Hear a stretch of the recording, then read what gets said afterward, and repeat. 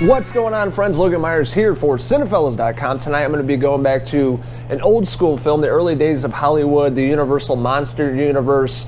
I'm talking about the OG, 1933, The Invisible Man. So I remember checking this out a long time ago when I was a kid, so I'm revisiting this movie for the first time in many years. I picked up the Blu-ray Steelbook. It caught my eye. It was only like $5, but the artwork is actually really beautiful on the Blu-ray Steelbook. It's done by Alex Ross. If you guys know him or big fans of his, he does all the really badass superhero artwork. He's known around the world. So I wanted to revisit the original film from 1933 with the new Invisible Man movie coming out this week. The new film directed by Leigh Whannell, one of my favorite directors. He did Upgrade. He was involved in Saw, the original Saw, James Wan. He's worked with James Wan in a bunch of movies.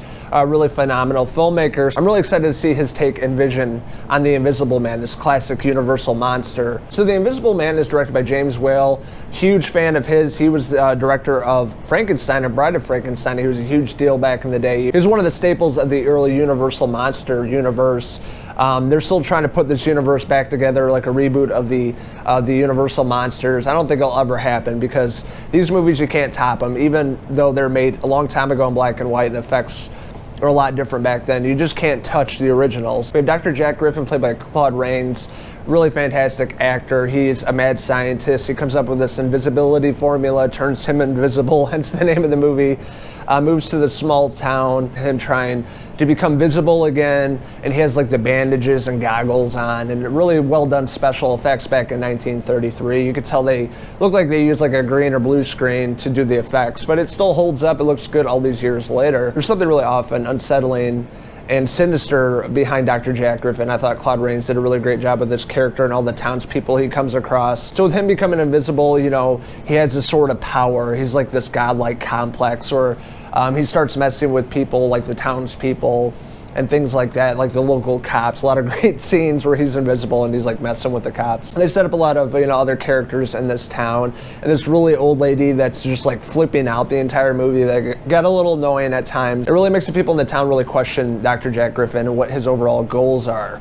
And throughout the film, you kind of see his character transition and not be the greatest person. With being a scientist and discovering new things and new formulas that you can create that give you these powers, you know, you're not always thinking clearly, and you know, it's the descent into madness, and this is what we see with Dr. Jack Griffin's character. I can't say enough great things about the effects in this. 1933, you got to give it up to them back in the day, the way they pulled this off. The effects still hold up in 2020 of him like, you know, removing the bandages and he just becomes invisible. I thought it was very innovative, you know, back in the early days of filmmaking, black and white films, especially the classic Universal monster movies. And fun fact, the sequel to this movie, The Invisible Man, returns in 1941, an Oscar for best special effects, visual effects. So that was really cool. A horror movie, a classic Universal horror movie, won an Oscar back in the day. And that movie, I think it was Vincent Price that starred as Invisible Man. So that was kind of cool. And I thought James Whale as a director did a really phenomenal job directing this character, building this creepy ass atmosphere, having a lot of dark comedy in this film as well. There is a lot of comedy that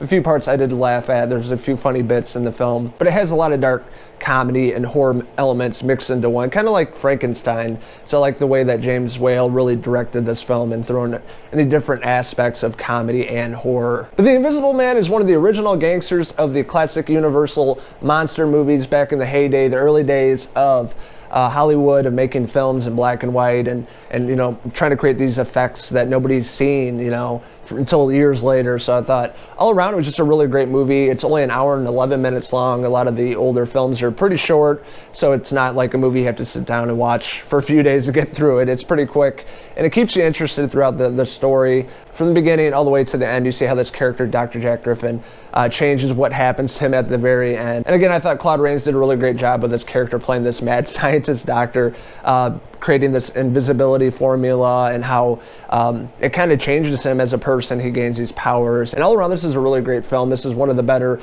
entries in the classic Universal monster universe. Compared to other movies like Dracula and Frankenstein, they're more of a mortal kind of thing, where Invisible Man is more human. But I really had a great time with this. Overall, great direction, great story, great acting, a lot of great comedy in this film, and all around the atmosphere and tone they were going for was really well done. A movie that definitely holds up all these years later, one of the classics, the original films. So I'm going to give James Whale's 1933 film, The Invisible Man, a 4 out of 5 Invisible Man hair pieces. Where'd it go? So have you guys seen the original Invisible Man from 1933? What did you like about it? What didn't you like about it? Are you guys excited for the new film coming out this week? Let us know in the comments below, and don't forget to hit subscribe. This is Logan Myerz signing out with Dr. Jack Griffin up here. Until the next movie review. Cheers!